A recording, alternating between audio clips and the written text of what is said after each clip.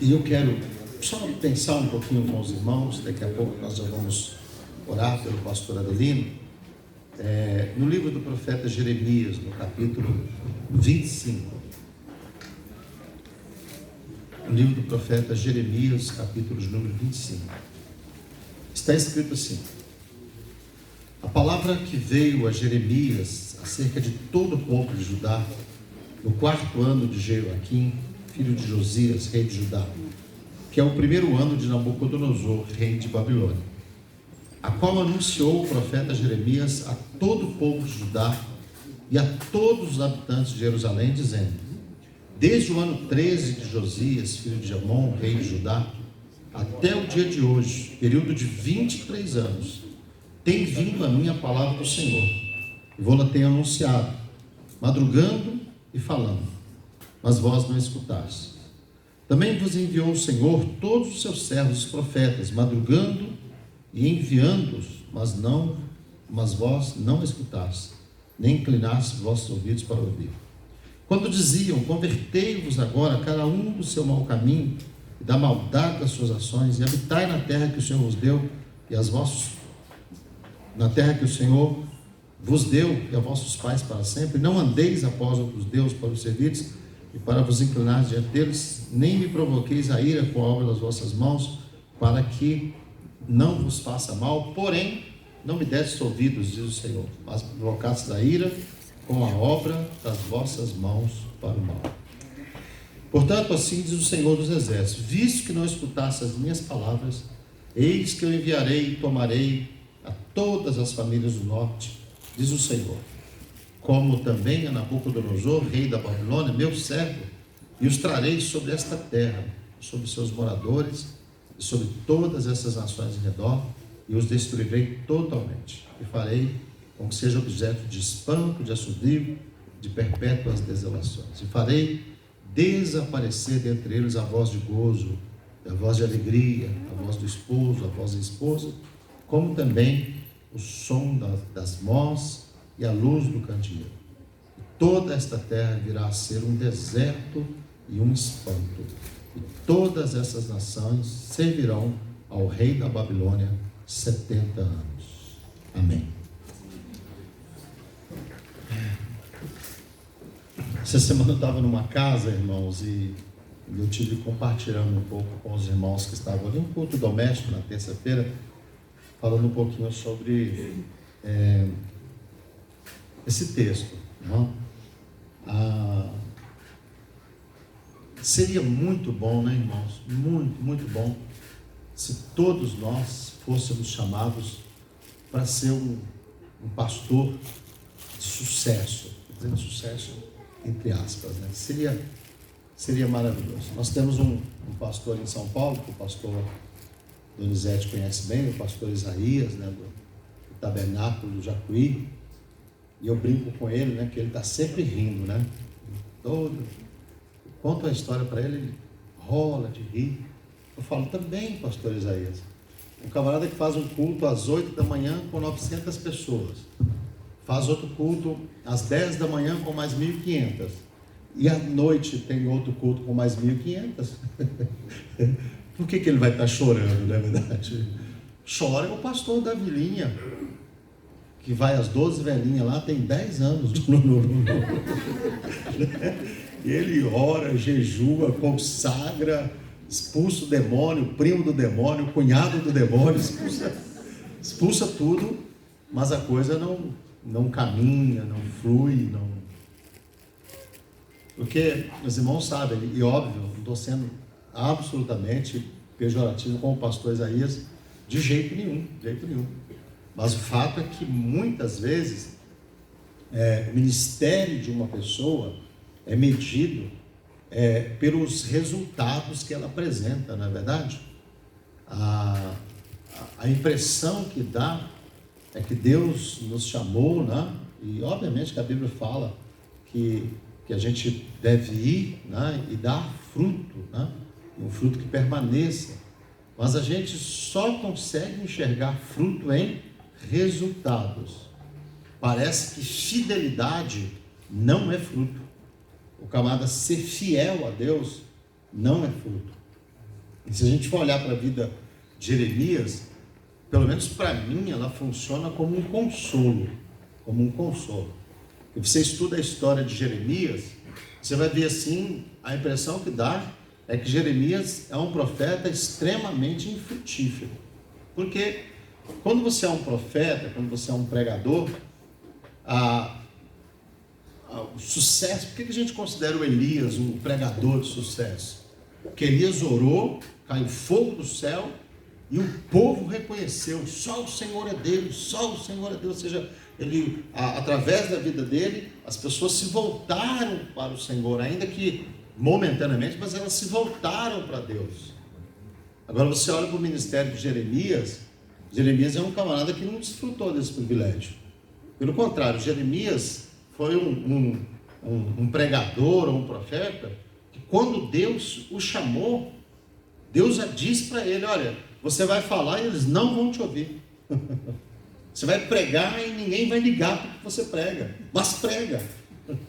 Porque eu te coloquei para isso, eu te coloquei como um testemunho.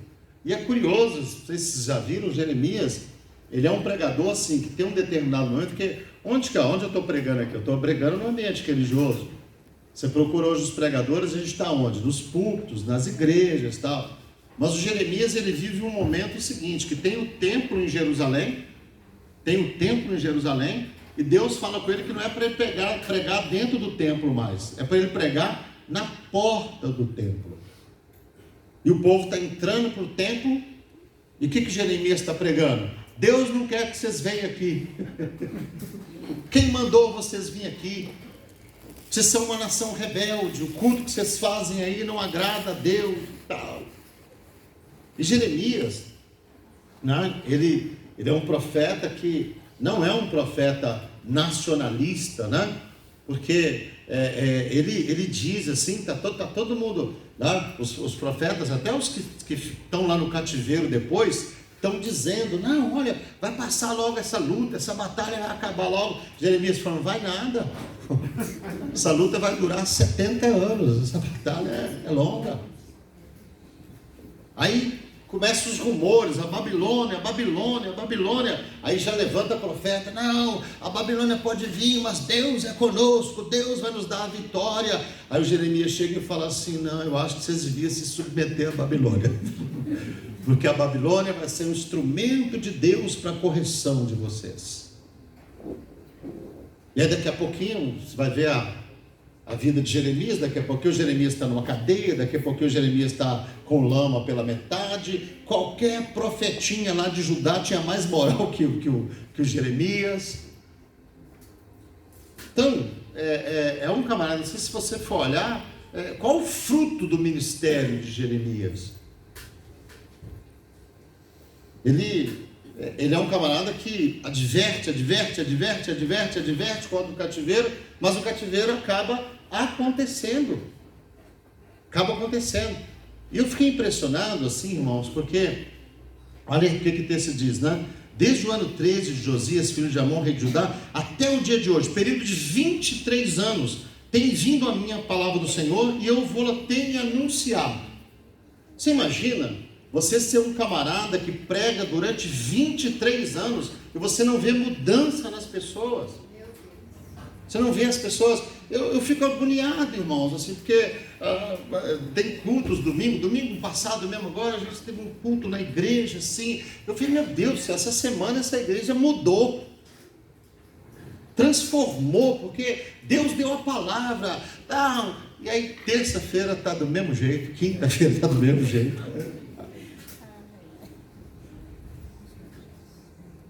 E aí domingo você tem que renovar o ânimo, e você tem que renovar o ânimo, você tem que renovar o ânimo. E olha, que nós ainda fazemos isso em meio a ambiente de louvor, de adoração a Deus, de cuidados que às vezes a igreja tem com a vida da gente, às vezes num templo agradável. Então, agora o Jeremias, ele tinha que buscar ânimo, semana após semana. E imagina, durante 23 anos você está pregando, e o texto diz que, olha, madrugando e falando. Eu amo essa expressão. Cedo tinha gente na rua, cedo tinha profeta proclamando, cedo tinha gente gritando na rua que era para se arrepender, que era para se voltar para o Senhor, que era para se voltar para Deus. Mas as pessoas não se voltavam para o Senhor nosso Deus. E eu fiquei pensando essa semana sobre isso. Eu falei, meu Deus, nós, como ministros, como líderes na obra do Senhor, nós não podemos medir o nosso ministério por coisas que não dependem da gente, por coisas que não dependem de nós. Eu não tenho poder de converter ninguém, eu não tenho poder de convencer ninguém. Eu tenho a condição de pregar a palavra, eu tenho a condição de ser a voz de Deus, eu tenho a condição de proclamar as Escrituras com fidelidade. Agora, tocar os corações da pessoa é algo que depende do Senhor nosso Deus, é algo que só Ele pode fazer. E eu gosto sempre de incentivar os pastores: não se deixe comparar, não seja colocado lado a lado com outra pessoa. Você é único, você é exclusivo. O chamado de Deus é específico para a sua vida. Você não foi chamado para ser comparado com ninguém. Você foi chamado para servir a Deus com fidelidade. Então faça o teu trabalho com fidelidade em nome do Senhor Jesus. Seja a testemunha lá para aquela vila. Seja a testemunha lá para aquele bairro. Eu sempre falo, nós temos uma igreja na Vila Jaguara, ela está há 60 anos naquela vila. A vila, ela é cercada pelas marginais, cercada por uma rodovia, ela é uma vila pequena. E a igreja está lá, as únicas duas igrejas que tem naquele bairro. Uma igreja Brasil para Cristo e uma igreja presbiteriana. E uma Assembleia de Deus alugada. Aí os irmãos sempre falam assim: não, mas Deus vai abençoar a igreja aqui, nós vamos lá para a avenida, nós vamos lá para a avenida, nós vamos lá para a avenida. E eu sempre pergunto para eles: e quem vai dar o testemunho aqui na vila? Glória. Quem que vai manter a porta aberta aqui da vila? Às vezes nós nos movemos muito mais por um sentimento de sucesso material, de sucesso medido como se a igreja fosse uma empresa, e a ideia de Deus é fazer com que a igreja dele compre os maiores mercados da cidade, compre as maiores catedrais da cidade. Irmãos, Deus é o dono de todas as coisas, Deus é o dono de tudo, e quando Ele quer, Ele compra, Ele dá, Ele entrega. Agora, o que Deus quer na face da terra são testemunhas fiéis. Testemunhas fiéis, pessoas que estejam dispostas a ser fiel a Deus, como Jeremias foi. Estão me ouvindo? Eu estou pregando. Não estão me ouvindo? Eu estou pregando da mesma maneira, do mesmo modo. Eu estou anunciando que Deus chama todos os homens para o arrependimento. E eu fiquei impressionado com essa fidelidade de Jeremias, de continuar pregando, mesmo quando você não está vendo as pessoas se converter, você não está vendo atitudes mudar, mas continuar pregando, continuar semeando a palavra de Deus. Nem todo pregador foi chamado para resultados. Muitos pregadores foram chamados para ser testemunho. Viu aquela expressão bíblica? Eles não vão te ouvir, mas eles vão saber que no meio deles teve um profeta do Deus Todo-Poderoso. Eles vão saber que no meio deles alguém falou poderosamente em nome de Deus.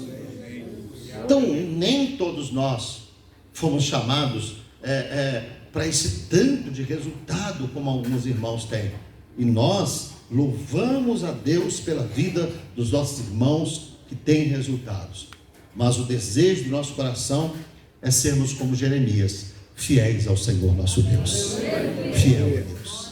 Amém, queridos? Amém. Então eu fiquei pensando nesse texto sobre essa questão da natureza, né, do nosso ministério, que nós precisamos ser fiéis a Deus. Não tem aquele texto: você, te dei quantos talentos? 5. O que você fez com eles? Multipliquei. Tem 10. Oh, que bom. Servo bom e fiel, entra no gozo do teu Senhor.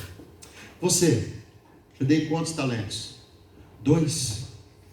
O que você fez com eles? Ganhei mais 2. Você não presta. Você tinha que ter ganhado 10 igual o outro. Não. Servo bom e fiel, entra no gozo do teu Senhor. Você percebeu? Como que você desempenha o seu ministério? Com bondade e com fidelidade. Com bondade e com fidelidade. Sem se preocupar, não, eu vou ser comparado. Não, o dia que Deus me pegar, Ele vai me colocar do lado do fulano. Você está vendo? Você não é igual fulano. Você não é assim, você não é presidente disso. Não, irmãos, não existe isso em Deus. Cada um dará conta de si mesmo. Romanos 14, 12. Cada um dará conta de si mesmo. Então, nós aprendemos que nós precisamos, tal como Jeremias e tantos outros servos de Deus na Bíblia, sermos fiéis ao Senhor nosso Deus.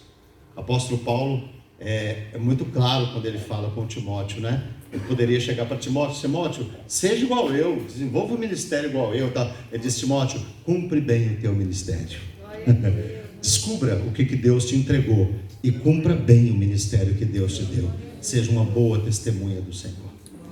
E esse texto também, irmãos, me fez aquietar o coração sobre algumas coisas que às vezes a gente chama para a gente assim, porque nós na área ministerial, nós assim, além da cobrança das pessoas, do céu, então, a gente mesmo já se cobra muito, né, irmãos?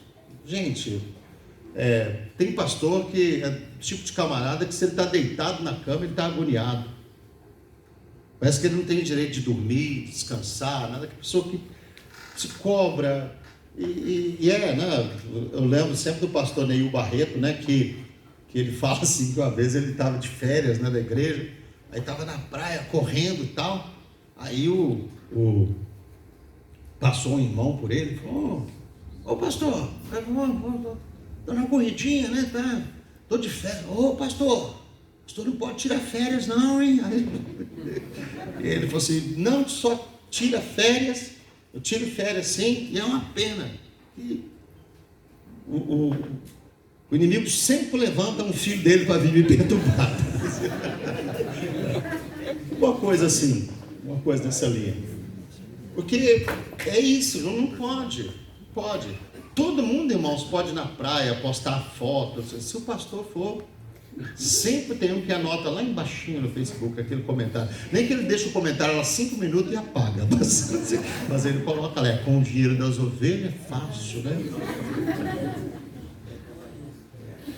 Então é uma cobrança. E nós também, irmãos, nos cobramos às vezes no sentido assim, da mudança das pessoas, né? E eu fiquei olhando e falei: nossa, mas esse pessoal aqui ouviu Jeremias pregando 23 anos e não mudou nada. Profeta Jeremias, o camarada que Deus falou com ele